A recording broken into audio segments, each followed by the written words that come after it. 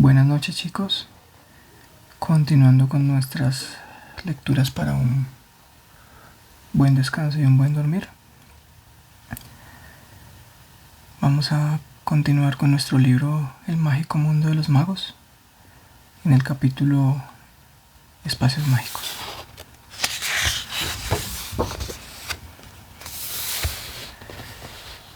Los espacios mágicos son aquellos donde un mago lleva a cabo su extraordinaria y peculiar labor. Existe una gran variedad de lugares, cada uno es sumamente importante para su dueño y tiene el carácter de sagrado. A continuación exponemos los más importantes. El laboratorio. El laboratorio es el lugar predilecto sobre todo de ciertas clases de magos como los alquimistas y los nigromantes. Cada mago provee a su laboratorio los elementos considerados imprescindibles según la escuela de magia a la que pertenezca. Sin embargo, dicen los que saben que existen ciertos elementos que nunca pueden faltar en ningún laboratorio. Por ejemplo, la sal, el azufre y el mercurio. Algunos autores afirman que los laboratorios de los magos en la antigüedad debían poseer los 7 metales correspondientes a los 7 planetas de nuestro sistema solar, conocidos hasta ese momento. Neptuno y Plutón no eran tenidos en cuenta porque aún no habían sido descubiertos. Número mágico que coincidía también con la estrella de 7 puntas egipcia y con los días de la semana. En cuanto a las medidas físicas de laboratorios, desde luego los magos que buscan crear seres vivos de considerable tamaño necesitan más espacio que los que persiguen la transmutación del plomo en oro. La biblioteca. Como hemos dicho anteriormente, un mago es un hombre versado en las ciencias y el arte. A su vez, la escritura es una de las formas más antiguas de transmisión de conocimientos. Después de su mente lúcida y su memoria prodigiosa, los libros, sobre todo esotéricos, son su mayor tesoro. Buscan continuamente ampliar los conocimientos para poder expandir sus poderes, y por lo tanto, algunos necesitan abrevar en libros exclusivos, reservados especialmente para los iniciados en estas artes. Los conocimientos arcanos que contienen esos libros están expresados por medio de extraños símbolos, figuras y frases inintangibles para el neófito. Acertijos y enigmas. El mago no solo necesita el libro, sino también de otros que lo ayuden a comprender lo que está leyendo. Por eso, su biblioteca está muy poblada de ejemplares de las más diversas temáticas, además de la específica. Las bibliotecas son famosas también por sus trampas y compartimientos ocultos, así como por servir de fachada de entradas secretas. Como hemos mencionado anteriormente, todas las clases de magos necesitan ir acopiando conocimientos, pero algunos utilizan la biblioteca mucho más que otros. Por ejemplo, un mago de la categoría invocador o encantador no utilizará este espacio tan a menudo, y un chamán nunca. Los magos son muy celosos de sus elementos, y ningún mago poderoso permitirá que otra persona, y mucho menos otro mago, hoje los libros que constituyen su mayor patrimonio. Algunas leyendas cuentan que los magos protegían con cerraduras mágicas y toda clase de hechizos sus libros de magia.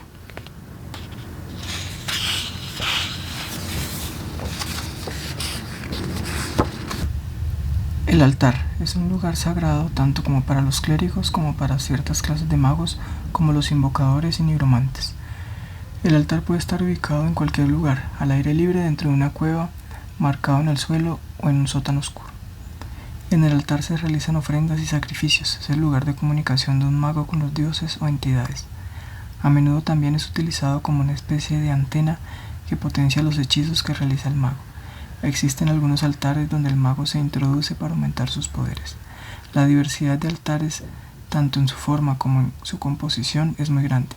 Por lo general son de granito, oro, bronce, madera y otras piedras.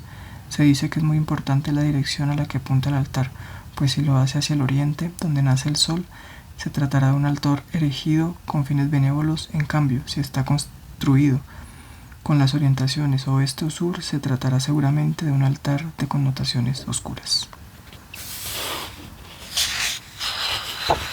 Las moradas de los magos. La cabaña. Este tipo de morada puede pasar desapercibida muy fácilmente. Para quienes basan su magia en elementos de la naturaleza, en los animales y en las plantas, una cabaña es la morada ideal. Sus habitantes suelen tener su propio jardín con las hierbas y hongos mágicos que ellos mismos cultivan, así también como su propio corral con algunos animales. Los magos que moran en estas viviendas, en general alejadas de vecinos y visitantes, para que no interfieran en su casa, tienen mucho tiempo para estudiar, experimentar, contemplar las estrellas y realizar ayunos y meditaciones.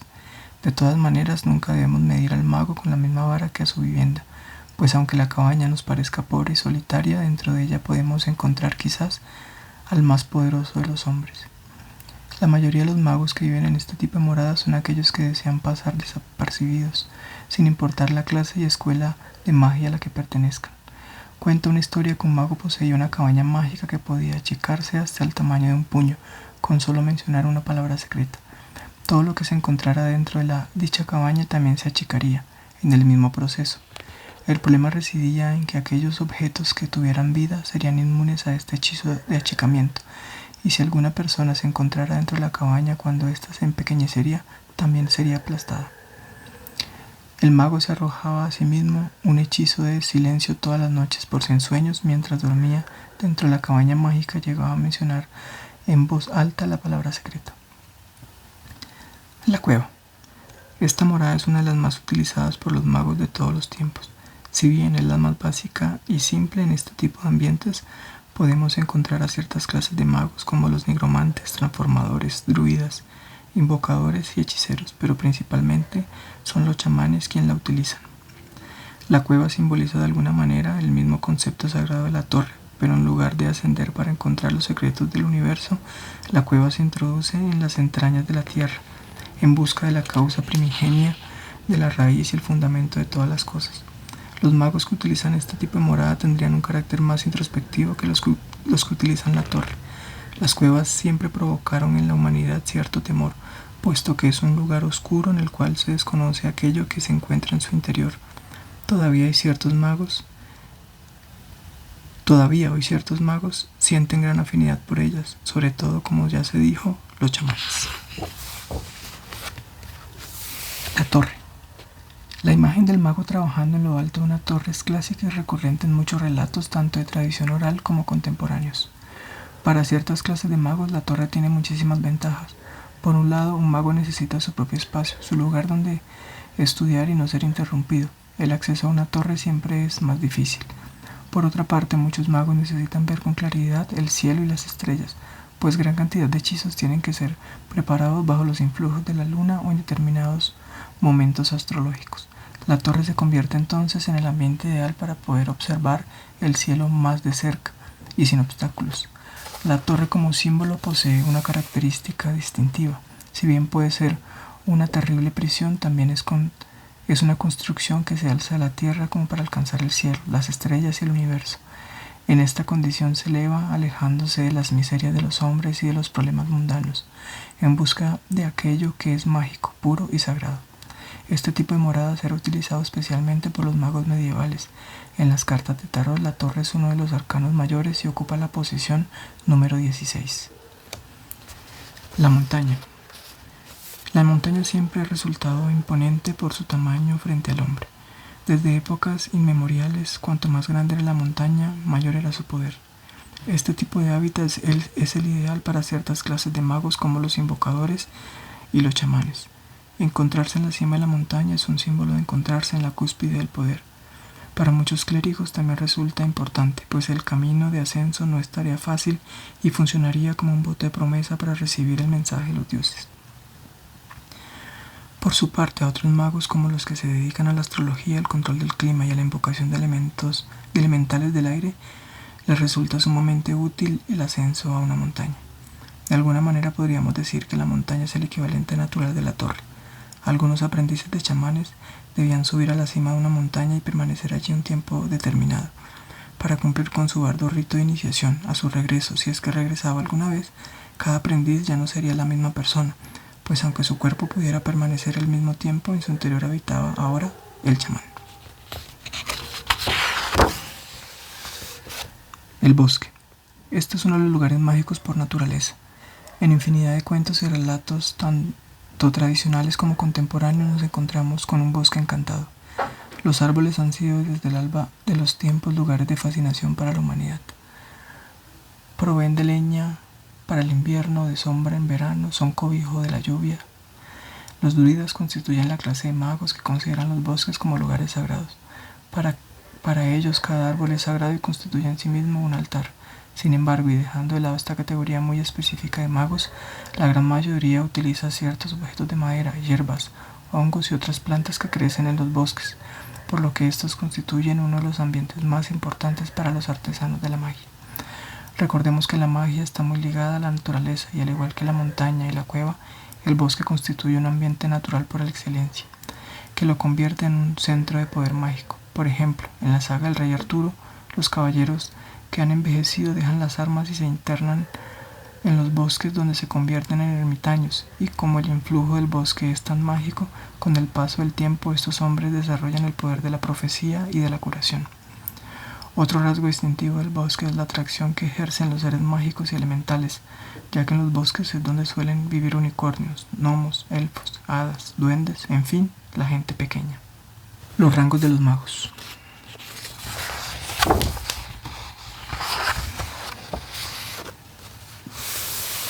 Los rangos o niveles de los magos, tal como se presentan a continuación, tienen una intención orientativa y deben tomarse solo a modo de ejemplo, es decir, son características generales que en ningún modo constituyen categorías fijas u orden establecido, pues cada escuela de magia y cada maestro poseen sus propios métodos de clasificación y evaluación.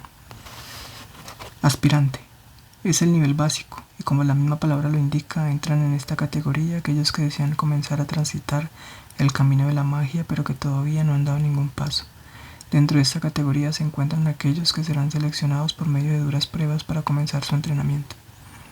Los magos suelen sacar ventaja de estos jóvenes entusiastas que pues encarnan la mejor predisposición a realizar las más arduas tareas que les son encomendadas.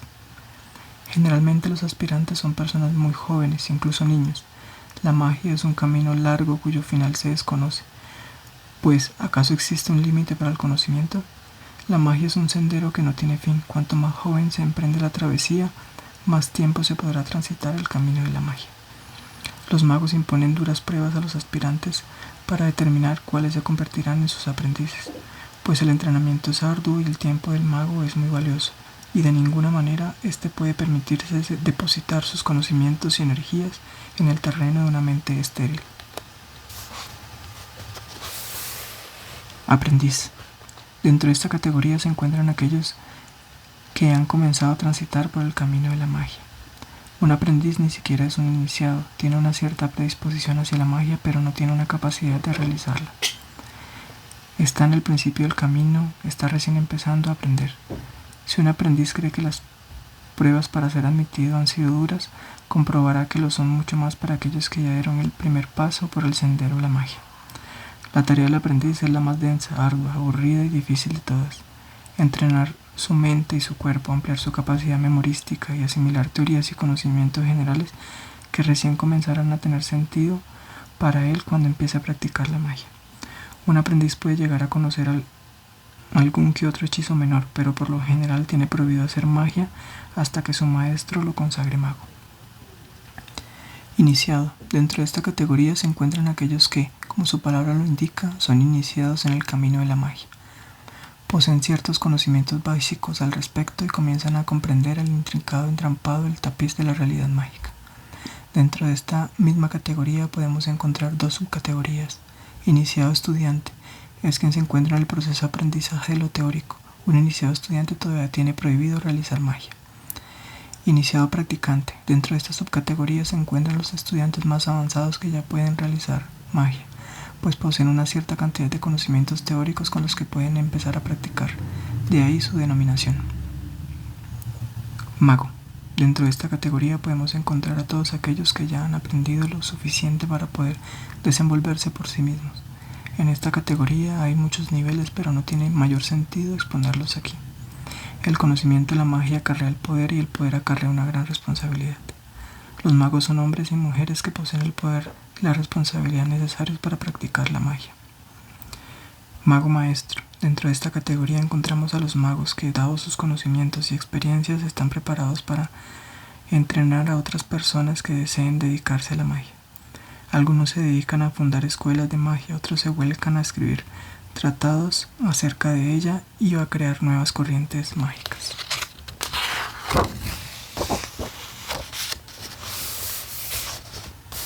Archimago. Es el mayor grado al que se puede llegar. El archimago es elegido, generalmente por un cónclave, círculo o concilio de grandes magos. El archimago tiene poder sobre los demás colegas y sienta precedentes con sus decisiones. Es quien tiene la última palabra cuando se trata de dirimir algún asunto de importancia.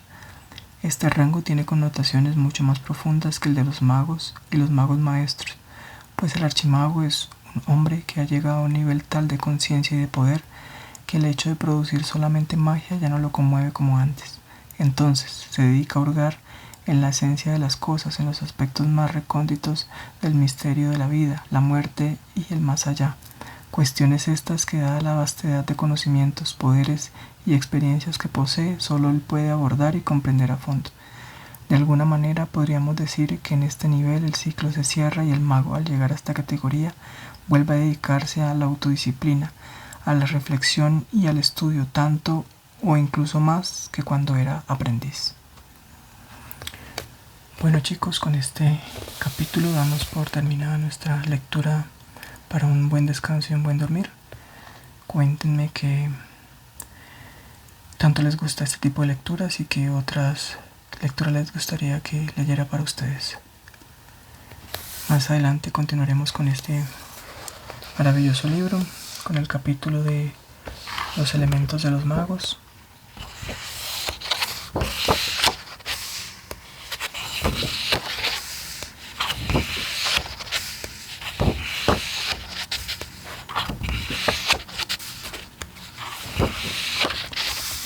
Las criaturas de los magos.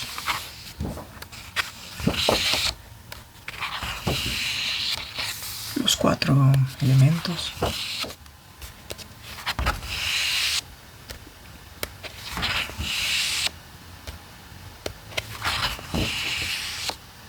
Y finalizaríamos con las historias de magos. Buenas noches.